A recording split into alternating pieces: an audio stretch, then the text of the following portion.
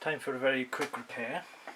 You may have seen in another video I knocked the bumper off the bottom of the wing, or whatever it is. So I get a bit of white glue, because that's all you really need for something small like this. There's the hole, there's the part. Get the part in your hand, more or less as it would be. Blob of glue, full of white glue.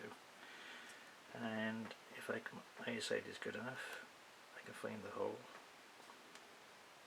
and put it in. Try and make it as straight as possible.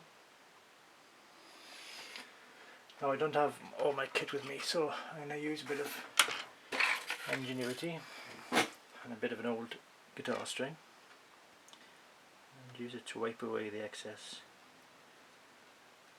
on the bottom there. Just make sure it's lined up more or less as it would be.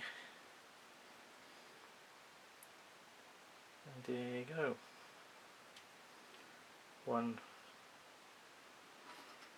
repaired model, which is always worth doing straight away, otherwise you'll forget what you've done and you'll lose the part. And the glue, it's only white glue, it'll rub off, wash that off, it'll turn clear and nobody need ever know. Alright, it's already stuck down.